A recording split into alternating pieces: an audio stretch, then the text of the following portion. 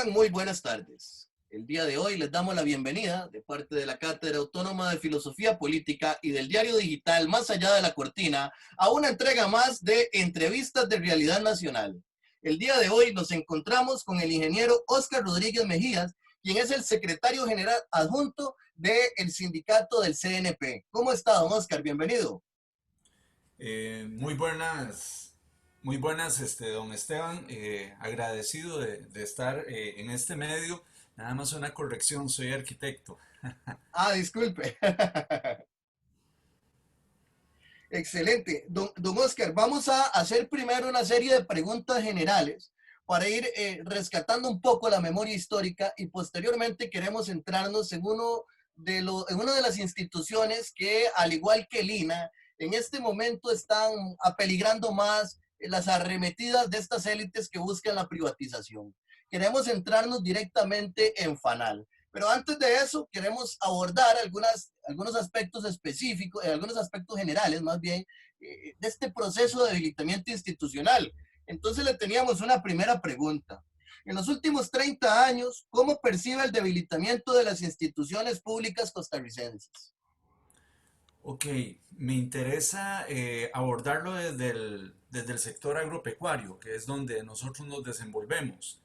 En el sector agropecuario, las instituciones insignia, ¿verdad? Es el Ministerio de Agricultura, ¿verdad? Como rector, y por la ley orgánica que tiene el Consejo Nacional de Producción y por el amplio espectro de actividades que nos permite la ley y el equipo humano con que cuenta la institución, son las dos instituciones que más terreno abarcan, más servicios aportan al sector.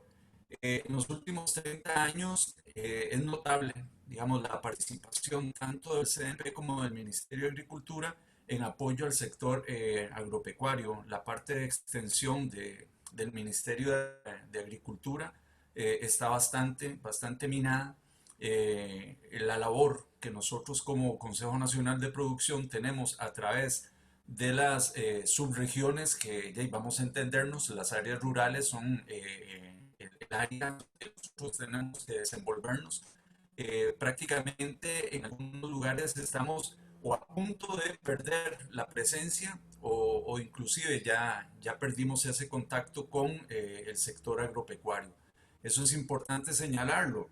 Señalar asimismo que si uno hace un análisis interno de estas instituciones, te das cuenta que el componente técnico y profesional son personas que andamos entre los 56, 58 y hasta más, ¿verdad? Entonces eso también es una forma silenciosa de ir cerrando instituciones, porque eventualmente, por ejemplo, en condiciones como las actuales, donde se anuncia la importancia del sector para las épocas por venir después del paso de esta pandemia, no vamos a tener el equipo humano como para apoyar de la mejor forma al agricultor, al pequeño, al micro, a las pimpas, ¿verdad? Al emprendedor en el campo agrícola. Esta es la parte que, digamos, dentro del sector y este desmantelamiento que hemos venido llevando desde años, de una forma sostenida.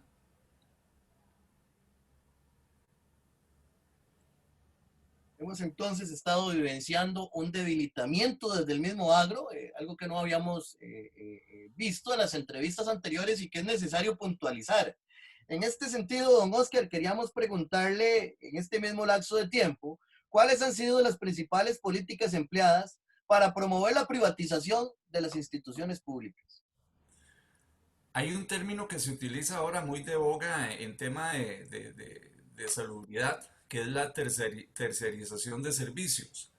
Quizás podríamos indicar que precisamente empezó en instituciones como las del sector agropecuario, cuando se les planteó, ¿verdad?, la privatización de varios servicios, particularmente de extensión del Ministerio de Agricultura, la creación de oficinas especializadas. En el caso del CNP empezamos con las SALES, ¿verdad?, con las sociedades anónimas, no recuerdo muy bien cómo terminaba la frase, eh, y muchos de los programas que se venían atendiendo a través de las instituciones, evidentemente las sales no lograron consolidarse y se perdieron porque son actividades que ya no realiza la institución y que ya son servicios que ya no presta el Consejo Nacional de Producción. Nos hemos tenido que ir especializando cada vez más en la parte de comercialización. Hemos ido dejando de lado lo que es el acompañamiento y lo que es la asesoría y la promoción de la organización de los agricultores, ¿verdad?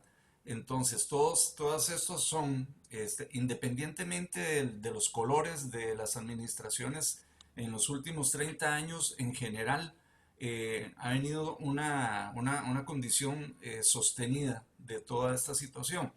Prueba es, ¿verdad? Por ejemplo, para el CNP, el programa de reconversión productiva, que nosotros lo llevamos de una muy buena forma.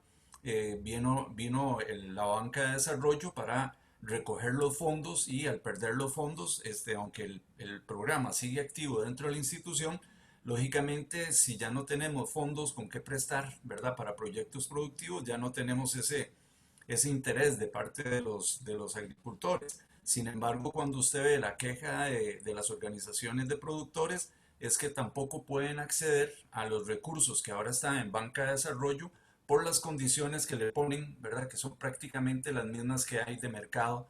No hay una verdadera conceptualización de lo que es una banca de desarrollo.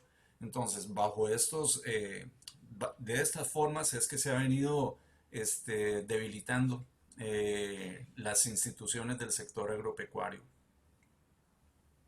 Sumamente interesante. Hay grandes sectores, o más bien pequeños sectores, élites en este país, que dicen que el Estado no sirve para nada. Sin embargo, viven de venderle servicios al Estado. Y de venderle servicios al Estado, grandes sectores que se agrupan, o pequeños sectores más bien, que se agrupan en la UCAEP, que se agrupan en Horizonte Positivo, hacen su domingo. Y un domingo sumamente exquisito. Y eso proviene precisamente de la tercerización de servicios. La tercerización de servicios para nuestra audiencia es cuando yo tengo que dar un servicio y no lo doy, sino que yo contrato a alguien para que lo haga. Pero si lo vemos desde una lógica muy elemental, es algo muy perverso, porque es el Estado el que debe brindar estos servicios. Y si el Estado va a contratar a alguien, evidentemente esa persona que va a ser contratada no lo va a hacer porque va a tener una pérdida.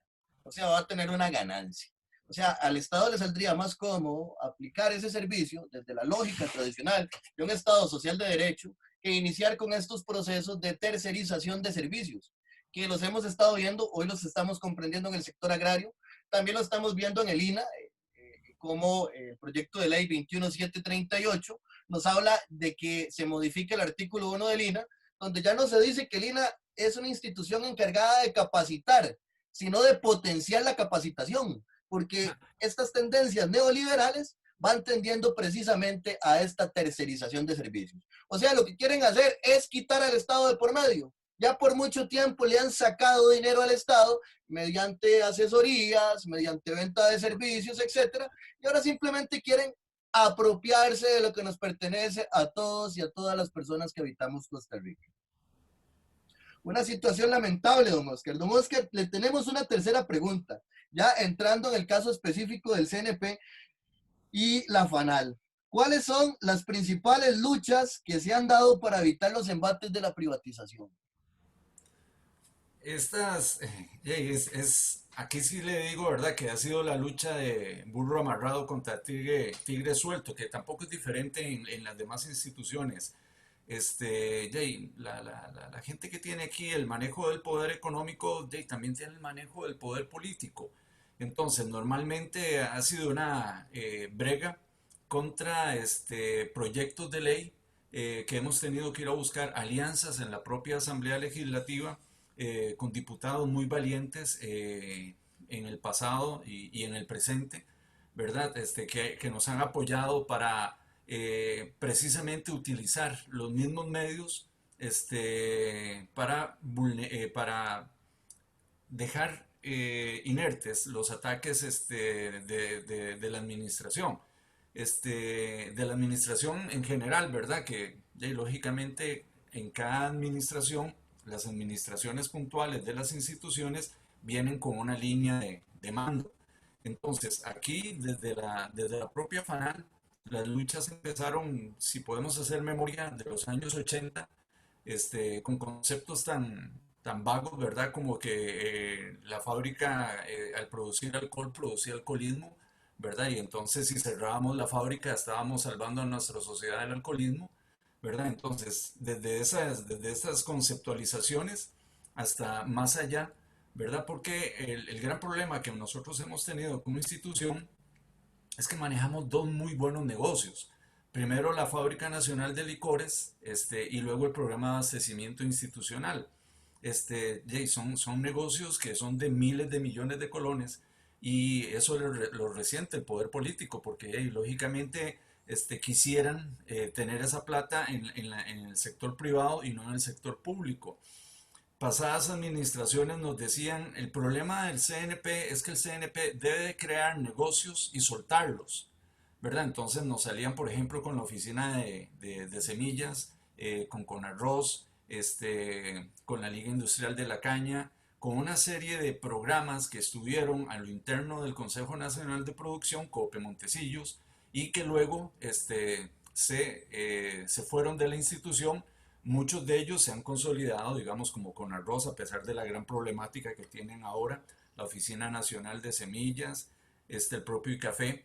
Sin embargo, otros como Cope Montecillos ya y se perdieron, porque la gente que lo manejaba no tenía eh, el conocimiento, la preparación. Es importante aquí señalar que, por ejemplo, el programa de abastecimiento institucional en el 2003 fue una de las servicios que daba la institución que lo sacaron de la institución como una sociedad anónima laboral, ¿verdad? Sin embargo, eran tan ambiciosos que entre ellos mismos no lograron ponerse de acuerdo y en el 2003 es precisamente el sindicato el que rescata el programa de abastecimiento institucional. Ahí lo tuvimos como, digamos, en reserva y ya en el 2010 explotó como la gran oportunidad para el sector agropecuario y colocar productos de los pequeños y medianos productores, que en este momento es una de las banderas que lleva la institución.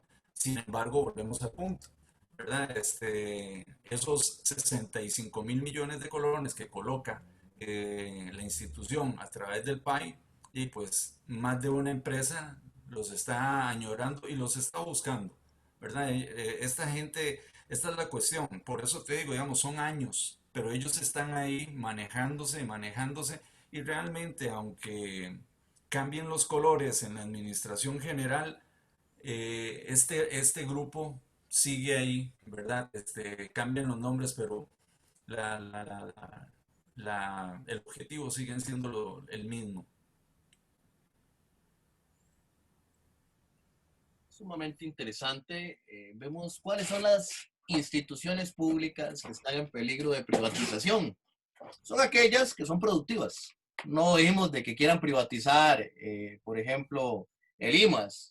No oímos que quieran privatizar el PANI. Oímos que quieren privatizar el ICE, que quieren privatizar la caja.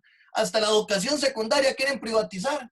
¿Y cómo no van a querer privatizar el FANAL si el FANAL produce licores y al mismo tiempo produce alcohol para uso médico? Son dos negocios sumamente lucrativos. Debemos recordar en la década de 1990, cuando en Costa Rica el Estado Social de Derecho era muy robustecido y el Estado tenía una serie de empresas que participaban en el sector productivo y se llamaba CODESA. Y estas mismas élites en la década de 1990 vienen a decirnos que eso está muy mal visto, ya vienen con ideas neoliberales y proponen la privatización de estas empresas. Primero las hacen quebrar, el proceso de debilitamiento, las hacen Correcto. quebrar y luego dicen que no sirven y que hay que venderlas. Curiosamente, hay unas cláusulas de acuerdo con las cuales solo se les puede vender a las personas de las élites costarricenses. Y, por ejemplo, a Lunasa, la fábrica de aluminio, se vende por la séptima parte de su valor. Y otras empresas que se venden, que se nos decía que estaban quebradas, semanas después de que se venden, resulta que ya son empresas súper rentables. Entonces, lo que están haciendo desde la década de los 80, lo vimos muy claro en la década de los 90, y con arremetidas cada vez más descaradas, como las que estamos viviendo en estos últimos gobiernos, es pasar del sector público al sector privado toda la riqueza social.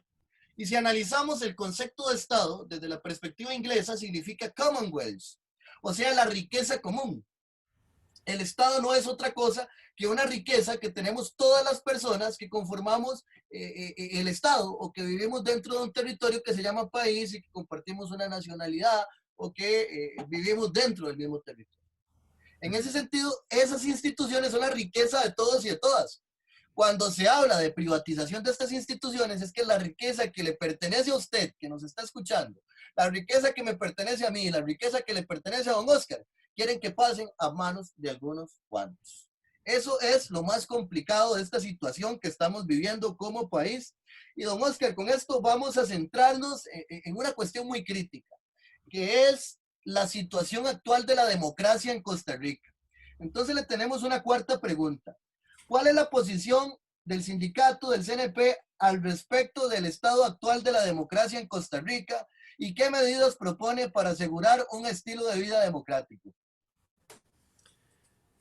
Cualquier persona que tenga una perspectiva crítica de la sociedad costarricense no puede abstraerse de conocer de que no sé cuántas, 5 o quizás más administraciones han venido siendo elegidas por una minoría y han venido gobernando para minorías, ¿verdad? Ya no permea a la sociedad en general.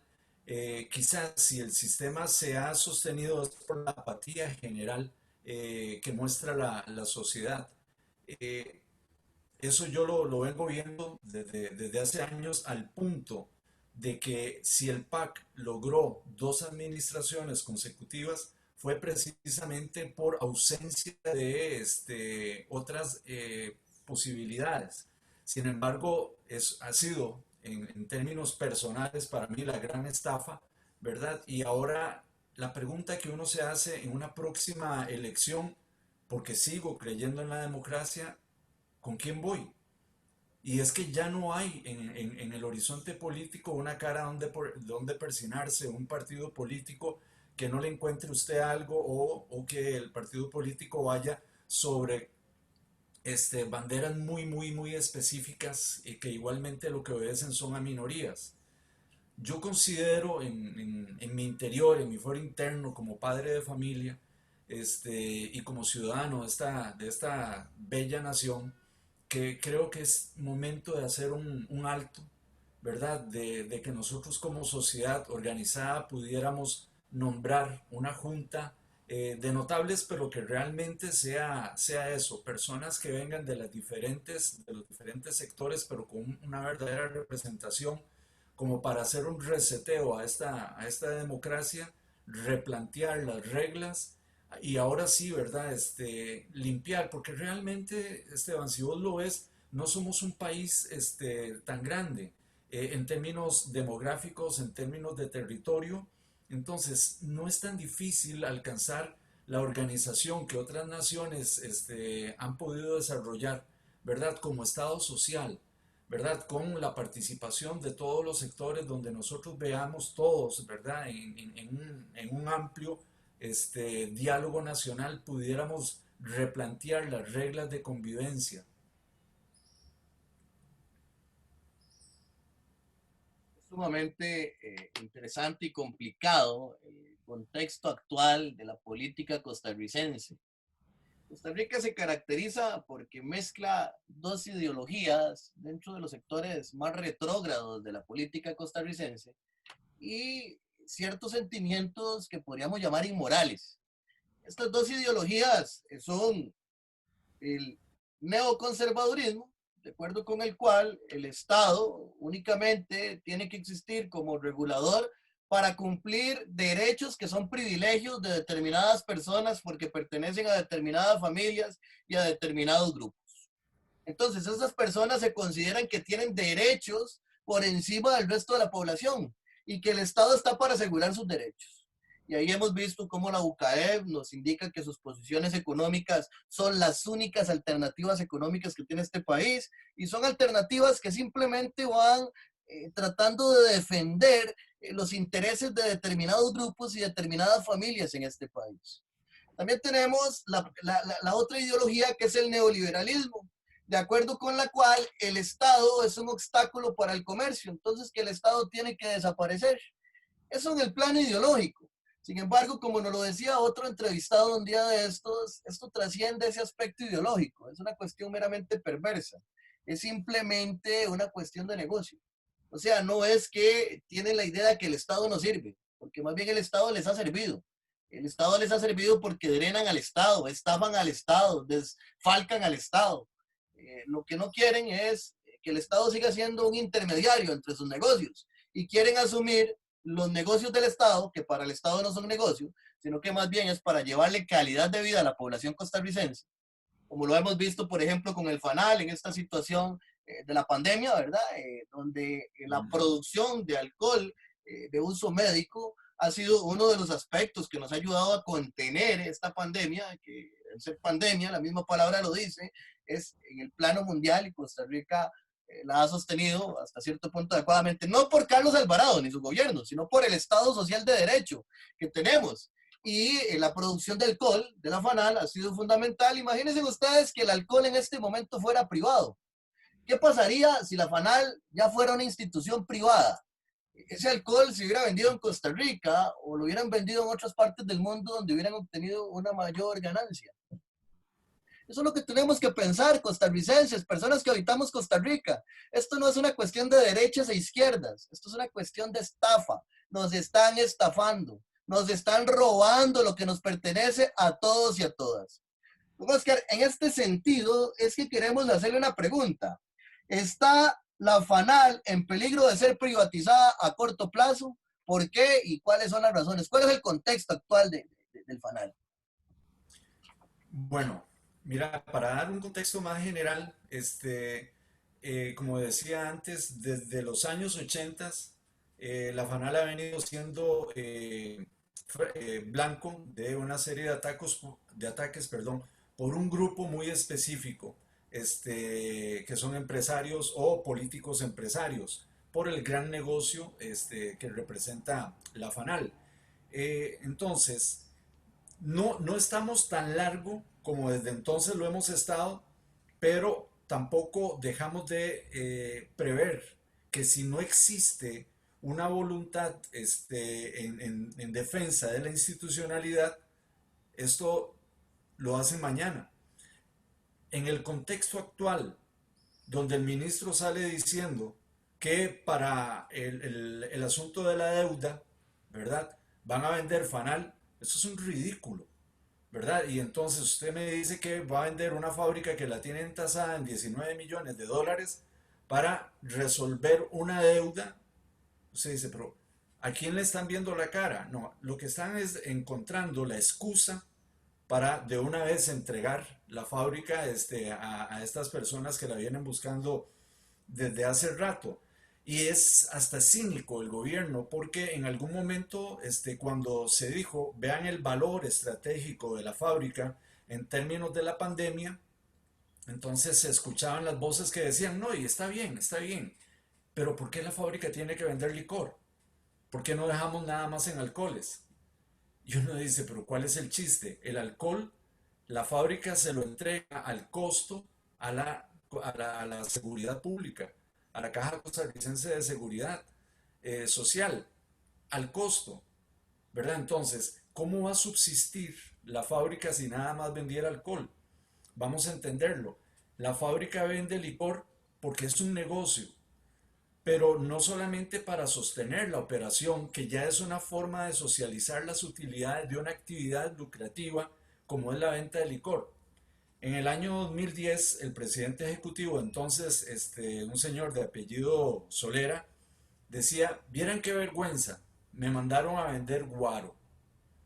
Y uno dice, bueno, yo me imagino que al grupo Pelas, a la gente de Bacardí, a todos, hey, no les da nada de vergüenza, ¿verdad? Porque deben vivir de una forma muy holgada, ¿verdad? Con los millones de colones. de dólares o de la moneda Guatemala, Nicaragua, el Caribe, que ellos puedan realizar sus negocios. Entonces, no, dejémonos de cosas. Don Juanito Mora, que fue el que creó la fábrica, y esto es lo curioso, en 1853, y resulta ser de que 160, casi 170 años ya, después, por las mismas razones que el prócer de la patria crea la Fábrica Nacional de Aguardientes, siguen tan vigentes como hasta el momento. Salubridad y necesidad de ingresos para el Estado, ¿verdad? Entonces, la fábrica le da 11.000 millones de colones solamente a Hacienda al año y la quieren vender, ¿verdad? Como por 10.000 millones de colones. Entonces, desde ahí es donde uno empieza a entender el contexto y sale doña Pilar Garrido diciendo que con la venta de Fanal se va a fortalecer al Consejo Nacional de Producción. Y uno dice, bueno, hey, hablan de la boca para afuera, porque técnicamente, ¿dónde está el respaldo de lo que está diciendo? Si la fábrica le entrega al CNP más de 3.500 millones de colones al año, y el ministro Renato, el señor Renato Alvarado, el ministro de Agricultura, dice que eso se estaría cubriendo con un impuesto para fiscal. Y uno dice, bueno, en un país donde la evasión y la elusión fiscal alcanzan 8 puntos del PIB, donde Laica reporta ser utilidades, ¿verdad? Donde Centenario reporta ser utilidades, entonces me va a meter a la fábrica en un contexto privado y entonces resulta ser que sí le van a pasar 3.500 millones de colones al año al Consejo Nacional de Producción para poder realizar los programas que tiene a su haber, como es el programa de abastecimiento institucional. O sea, eso es cínico. Es indignante lo que está pasando en este país. Encontramos diputados que admiten abiertamente que no leen los proyectos de ley, que no leen las mociones. O sea, simplemente no hay un diálogo democrático. Son personas puestas prácticamente que a dedo. No nos debemos dejar engañar, costarricenses. En este momento estamos viviendo una tiranía moderna en Costa Rica. Y tenemos que buscar mecanismos de lucha para que el pueblo pueda asumir su cuota de poder soberano y poder defender en las vías democráticas lo que nos queda del Estado social de derecho. Queremos agradecerle profundamente a don Oscar Rodríguez, el arquitecto Oscar Rodríguez, quien es el secretario general adjunto del sindicato del CNP. Y les esperamos en la próxima entrega de Entrevistas de Realidad Nacional.